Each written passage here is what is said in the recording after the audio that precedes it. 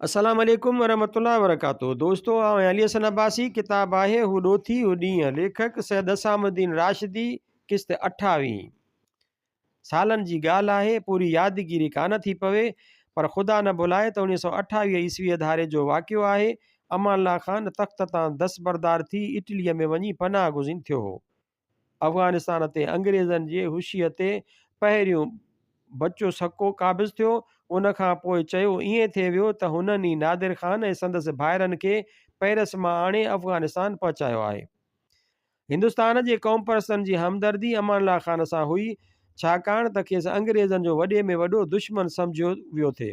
1919 ईस्वी वारी जिदोजहद सभिनी खे यादि हुई, जंहिंमें अमान अल्लाह ख़ान अंग्रेज़नि जे असर ऐं इक़्तिदार खे पंहिंजे मुल्क मां हमेशह लाइ ख़तमु करे आज़ाद बादशाह जो ऐलान कयो हो।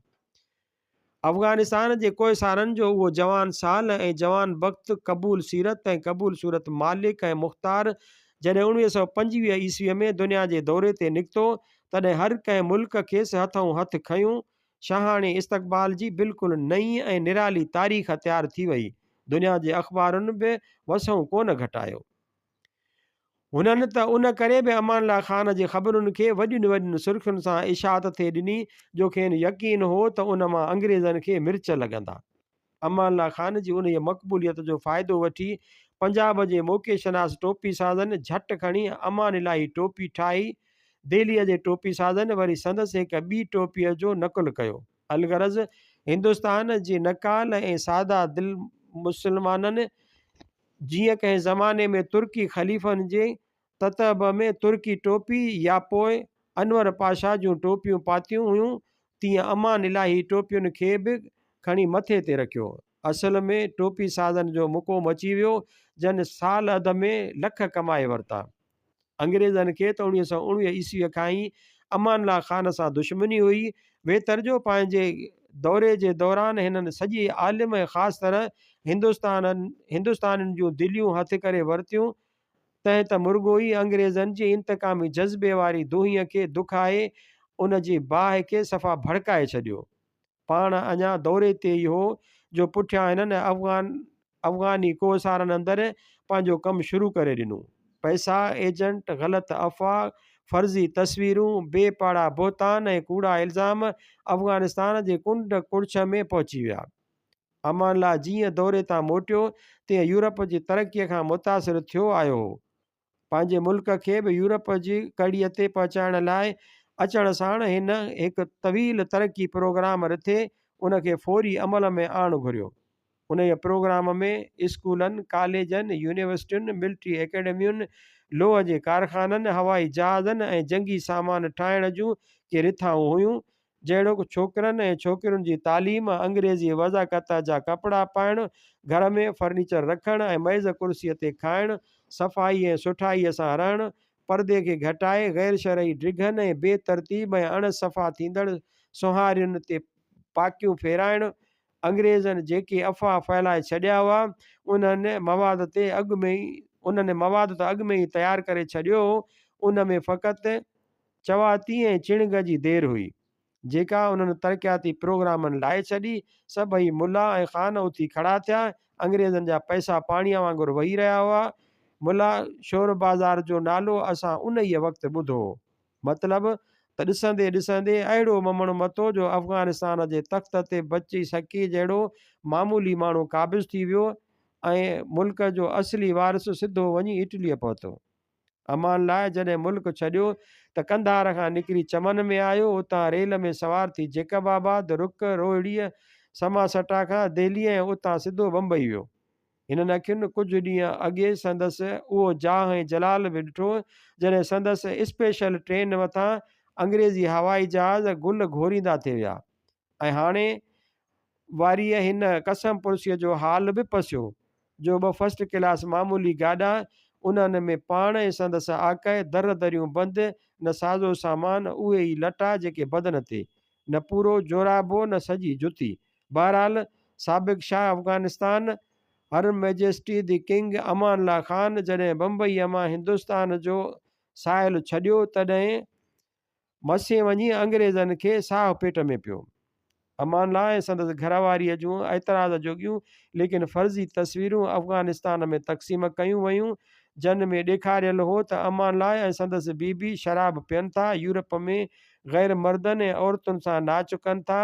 राणी सुरैया अहिड़ी पोशाक पाए थी जंहिंमें नीम नंगी पई लॻे। हिंदुस्तान जी हमदर्दी असुल खां अमान ला सां हुई, हाणे बि हिननि उहो ई थे सम्झो त अफ़गानी क़ौम महज़ अंग्रेज़नि जे इशारे ते लॻी पंहिंजी क़ौम परस्त ऐं मुहिब वतन बादशाह सां ज़ुल्म कयो आहे। जॾहिं नादिर ख़ान पेशावर में वारिद थियो तॾहिं खेसि हिंदुस्तानी क़ौम जो उहो जज़्बो मालूम थियो। अज़न सवाइ हुन उहो बि महसूसु कयो त ख़ुदि अफ़गानिस्तान अंदरि के क़बीला पिणु अमान ला जे हक़ में आहिनि। तंहिं करे वक़्त जी तक़ाज़ा ऐं मसलत खे ॾिसी हिन ऐलान कयो त अफ़गानिस्तान में हू उन करे वञी रहियो आहे त बचे सके खे कढे वरी अमान ला खे मोटाए तख़्त ते आणे।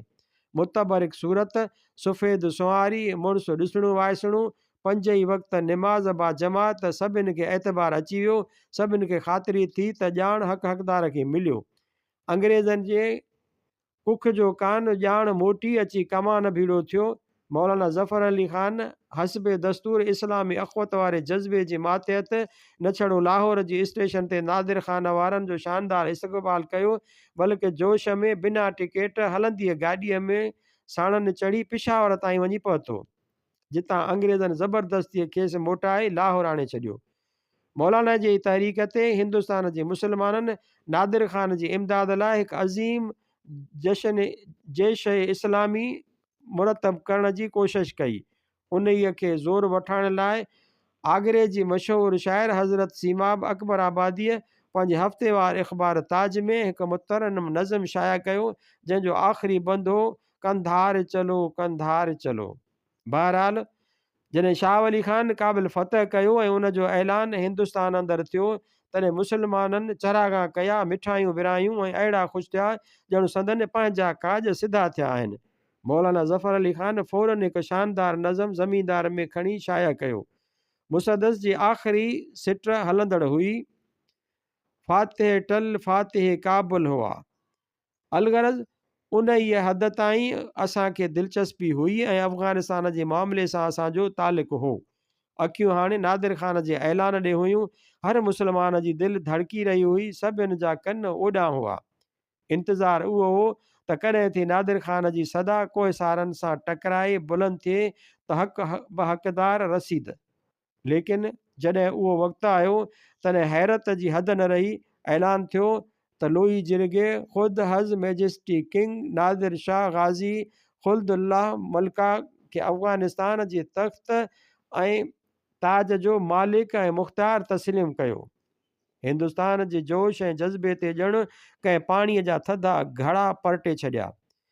असुल किसे जी त रब खे ॼाण, लेकिन हितां जे मुसलमाननि जी अखि खुली ऐं हिननि उहो ई सम्झो त अफ़गानिस्तान अंदरि अंग्रेज़नि जी सियासत खे ॾिठ कामयाबी हासिल थी। उन ई वाक़े खे 6-7 महीना मस गुज़रिया त लाहौर जी ज़मींदार अख़बार में अमान ला ख़ान जो हिकु तवील ऐं दर्दनाक ख़त शाया थियो, जेको हिन रूम मां नादिर ख़ान ॾांहुं लिखियो हो ऐं जंहिंमें निहायत दिलि भॼाईंदड़ नमूने में हिन हिकु हिकु करे संदसि कयल वाइदनि ऐं बदअहदियुनि जी खेसि यादि ॾियारी हुई। उन ई ख़त जी कापी ज़मींदार खां सवाइ लाहौर जे इनक़लाब अख़बार ॾांहुं बि आई हुई, लेकिन मौलाना ग़ुलाम रसूल महर ॿिनि सबबनि करे उनखे शाया न कयो। हिकु त नादिर ख़ान सां संदसि ज़ाती तालुकात हुआ, ॿियो त हिन सम्झो त अफ़गानिस्तान ॿिनि खूनी इनक़लाबनि मां मसे मसे टुपी हाणे पार पियो आहे। हिन वक़्तु उहो ख़त छपे माण्हुनि जे जज़्बातनि खे वरी हेजान में आणे टे इनक़लाब जो आगाज़ कराइजे, उहो मुनासिबु न थींदो। उहा न अकुलमंदी आहे ऐं न मुस्लिम दोस्ती। मौलाना ज़फ़र अली ख़ान मरहूम त हो छड़ो जज़्बाती, न ख़्याल में रखंदो हो मसलियत ऐं न ॾिसंदो हो वक़्तु, जेकी दिलि में आयुसि सो करे वञी पार पवंदो हो, पोइ नतीजो खणी छा बि निकिरे। जॾहिं ज़मींदार जो उहो पर्चो मूं वटि पहुतो, ख़ुशकिस्मतीअ सबबि उन वक़्तु नज़र अली ख़ान सखर में कोन हो। मैदान ख़ाली ॾिसी मूं जोश ऐं जज़्बे विचां ख़त जो तर्जुमो अहिड़ी ई हाशियाराईअ सां शाया करे छॾियो, जहिड़ी रीति लाहौर जी ज़मींदार कयो हो। ॿिनि ॾींहंनि बाद मालूम थियो त ज़मींदार जो उहो पर्चो ज़ब्त कयो वियो ऐं 50,000 जी ज़मानत ज़ब्त करे प्रेस ऐं अख़बार खां 1 लख जी ज़मानत घुरी वई आहे। ख़बर न आहे त ज़फ़र अली ख़ान जी कहिड़ी हालत थी, लेकिन मुंहिंजा त ताक लॻी विया, छाकाणि त ऐन गुनाह हेस्त के दर्दे शहर शमा नीज़ कुनत। नज़र अली ख़ान जीअं लाड़काणे खां मोटी प्रेस में अची पहुतो, तीअं मूॾे ॾिसी थधो साहु खणी ॾाढियां वठी अल्लाहू कयाईं। हिन दफ़े टोपी बि कान लाथाईं, कोट बि कोन उछलियाईं ऐं न खट ते ई किरियो। सिधो अचण साण कुर्सीअ ते वेही सभिनी कंपाज़िटरनि खे सॼे हुकुम ॾिनाई, आईंदे जंहिं मज़मून ते संदसि तस्दीक सही पियल न हुजे उहो छपिण में हरगिज़ न अचे। उहो ऐलान करे मुसलो विछाए वञी नमाज़ में बीठो। अञा सलाम मस वरायो हुआईं त कलेक्ट्रीअ जो पटेवालो हाज़िर थियण जो हुकुमनामो खणी अची वारिद थियो। सलाम वराए दुआ घुरी आंगुर जे इशारे सां चौधारी सलवात सगोरी छुकारे मूॾे मोह करे ॾाढी दर्दनाक लहजे में चयाईं, मियां साहब आख़िर तूं मुड़ीअ कोन, उन्हनि करतूतनि खां त बहितर आहे मूंखे सीने में दुनाली हण, डस डस हिक ई दफ़े जिंद छुटी पवई। हुन शरीफ़ जो बि ख़्यालु कोन थो अचई, जंहिं एतबार रखी पंहिंजी समूरी मूड़ी असांजे हवाले करे छॾी आहे। उहो शरीफ़ जो इशारो खोड़े साहब ॾे हो। अहिड़नि मौक़नि ते मरहूम हमेशह शर्म ॾियारण लाइ खोड़े साहब जी शख़्सियत खे आणे अॻियां कंदो हो ऐं आख़िर में चवंदो हो, ओ ज़ालिम ज़ुल्म ज़मन गर न तरसे ब तरस अज़ ख़ुदा। उहो ई दौर हो जॾहिं मेरठ जी साज़िश वारो मशहूरु मुक़दमो हलियो थिए, जंहिंमें ॿियनि क़ौमी कारकुननि सां गॾु दीनानाथ सहगल में फाथल हो। उन ई साज़िश बाद ॿियूं बि केतिरियूं साज़िशूं थियूं। हिकु दफ़े वाइसराय जे गाॾीअ खे तबाह करण लाइ रेलवे लाइन ते टाइम बम रखियो वियो। 1988 ईस्वी वाइसराय जी हयाती हुई जो इतफ़ाक़ सां बची वियो। बम 2-3 सेकंड पोइ फाटो। जॾहिं वाइसराय जो गाॾो टपी अॻिते थियो, बाक़ी पोयां गाॾा सो पुर्ज़ा पुर्ज़ा थी विया। हलंदड़ असेंबलीअ में भगत सिंह वारनि बम उछलाया। बंगाल ऐं ॿियनि जायुनि ते गवर्नरनि ऐं ॿियनि गोरनि खे गोलियूं लॻियूं। भगत सिंह, जतेंद्रा नाथ दास ऐं दत्त वग़ैरह बमनि जी साज़िश में गिरफ़्तार थिया। जतेंद्रा नाथ जेल में मरन भर्त रखियो, हीला हलाए बीह रहिया। 72 ॾींहंनि बाद हुन मरी साह ॾिनो पर भर्त न भॻाई।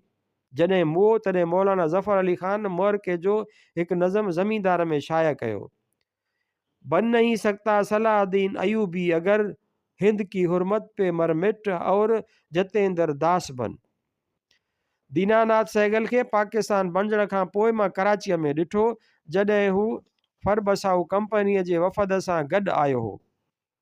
कद जो नंढो, 60 वरिया खनि ॼमार, ॾाढ़ी मुछां कूड़ियल, बदन ते कारा लटा।